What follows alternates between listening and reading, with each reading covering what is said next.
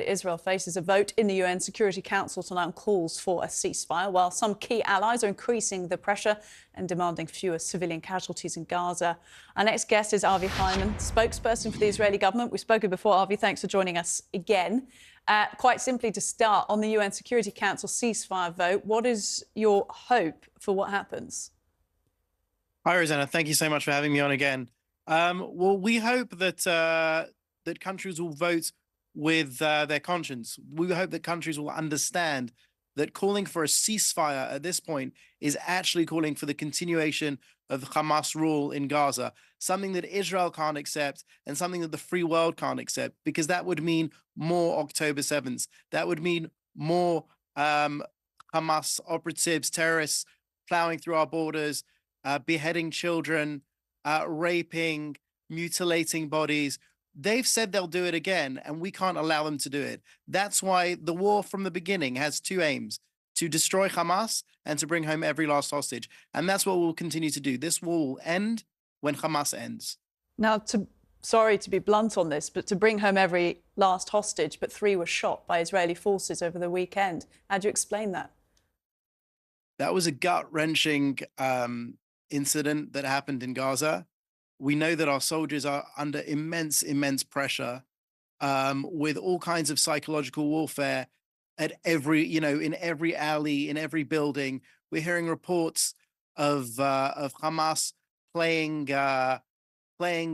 voices of babies and toddlers crying out in Hebrew. We've seen all kinds of booby-trapped situations with children's toys, and again, music and noise in Hebrew. It's still being investigated. But as you see, the difference between Israel and Hamas is that every time anything happens in Gaza, in the war, Israel will fully investigate. We'll put up our hands when we've done, something that shouldn't have been done, when mistakes have been made. We will admit it. In the meantime, Hamas can just lie through their teeth, say whatever they want, and unfortunately, people often copy and paste without checking the facts. And in terms of that psychological pressure, you talk about the troops being under. I mean, it is just a terrible situation, the ongoing conflict on the ground, what they are dealing with on a daily basis, but also, of course, everyone in Gaza at the same time. That's why these ceasefire votes are happening, because people just want to see a stop to the violence on the ground. Hearing what you say there, of course, about the retribution for what happened on October 7th. But people are saying here, an MP in the UK is saying that bombs don't eradicate ideology. Benjamin Netanyahu says he's fighting this until the end. But what end can there be? So, I mean, there are precedents for this in history. I mean, we saw what Britain, together with their allies, America and the other allies, did to ISIS. ISIS was eradicated. And yes, the idea can live on in the same way that there are still people who believe in the ideology of Adolf Hitler in Germany. But who would have thought that Britain would be one of the closest allies to Germany, that America would be one of the closest allies to Germany, to Japan? See, what needs to be done the day after Hamas is total demilitarization of Gaza, de-radicalization, and the rebuilding of Gaza, building a better Gaza for the children of Gaza and the children of Israel. There needs to be a situation by which they don't raise their children from age 0 to hate and want to kill Jews and eradicate the state of Israel. We can't live with a terrorist state on our southern border, nor could England, nor could any country. Avi Hyman speaking to us this evening from the Israeli government. Thanks. Thank you. Well, my next guest joins me from New York for more on what the US, Israel's chief supporter, is making of its stance. Ian Williams is the president of the US Foreign Press Association. Thank you, sir, for making time. Let's just talk a bit about the US relationship with Israel here. The US says its support is unshakable. But are you seeing that today through what we've seen from, for example, Lloyd Austin's statements?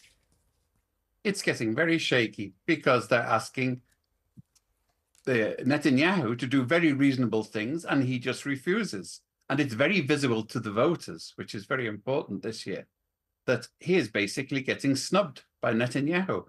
The whole basis of this, for example, is the two-state solution, which many of us have been dubious about, but it's enshrined in the Oslo Peace Accords. It's enshrined. Every Israeli government since then has promised the US that its solution will include the two-state solution. Biden keeps talking about two-state solution. Netanyahu and his cabinet say, nah, not us. And settlements. Biden keeps saying, stop those settlers. Stop the settlers harassing ordinary Palestinians in the West Bank. Does it happen? No, it carries on. He says, be selective with your targeting in Gaza. Does it happen? No, it doesn't. And they can't even select their own hostages. I mean, I did hear that they said it was an accident. Well, yeah, I'm sure Hamas claims that October the 7th was an accident. Do you buy that? No, this was part of deliberate policy of impunity, where, you know, the IDF basically doesn't care. If they'd have been Palestinians, God knows what would have happened. Probably been hit with a mortar bomb. It really is this culture of impunity, which we're seeing because the spokesman there came out with a whole series of unsupported allegations, but did not respond to the original thought. They said they want precision. 20,000 people dead in Gaza.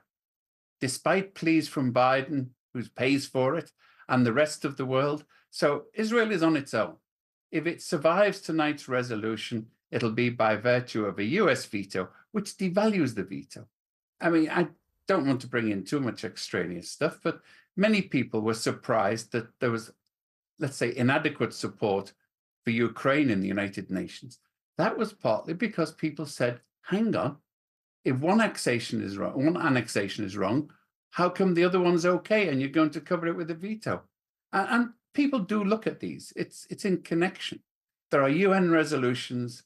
Israel has been regularly and almost religiously flouting them. Biden has shown that so far there are absolutely no consequences for denying it. I mean, he's paying for it. He's giving diplomatic support. He has an election coming up, and he's still going on. And I am actually surprised by the degree of popular support for the Palestinians on the streets. There's much less equivocation than I'd have thought for the demonstration. I hear a lot of what you're saying there. You've made some really interesting and clear points. I would counter that I don't think Hamas would ever declare that October 7th was an accident. They've been very clear that that was deliberate and that they would do it again. They did not claim and have not claimed rapes, mutilations, and the rest of it. That's been added in. Some of it might be proven. A lot of it is hearsay. And the fact that an IDF spokesman says that they heard somebody say that this happened and that happened, it does bear examination. I think we sometimes forget our journalistic faculties on this. But yes, Hamas are not nice people. No one's claiming that they are. But anyone who says, are you sure about that, is immediately blown up as a Hamas supporter. And on TV show after TV show, people are, it's almost like a loyalty oath. Will you denounce Hamas? Before you say another word, before you say Happy Christmas or anything, will you first denounce Hamas? It's almost ludicrous. Ian, I hear that. I hear your point. I know exactly what you're referring to as well. However, I would still, and the point about journalistic examination of the Israeli state and government, and repeatedly when I've had to interview Israeli government people, but also people from Palestinian authorities as well, you end up with a barrage of whataboutism. They point at the other side and say, they're lying. I'm telling the truth, they're lying. It is obviously a very tough thing to encounter, but at the same time, I will counter that still Hamas claimed responsibility for the terror attack that happened on October 7th. They claimed responsibility for the attack. They didn't claim responsibility for all of the things that they were accused of. On the contrary, I mean, this is a when did you stop beating your wife question. Because if you say yes, then you are carrying on all of the other stuff that was put in there as small print. I mean, remember the 50 dismembered babies that Biden is still talking about? That was walked back almost immediately. You see the first allegation, but you don't get it. As Mark Twain said, a lie has gone halfway around the world before the truth would put its boots on.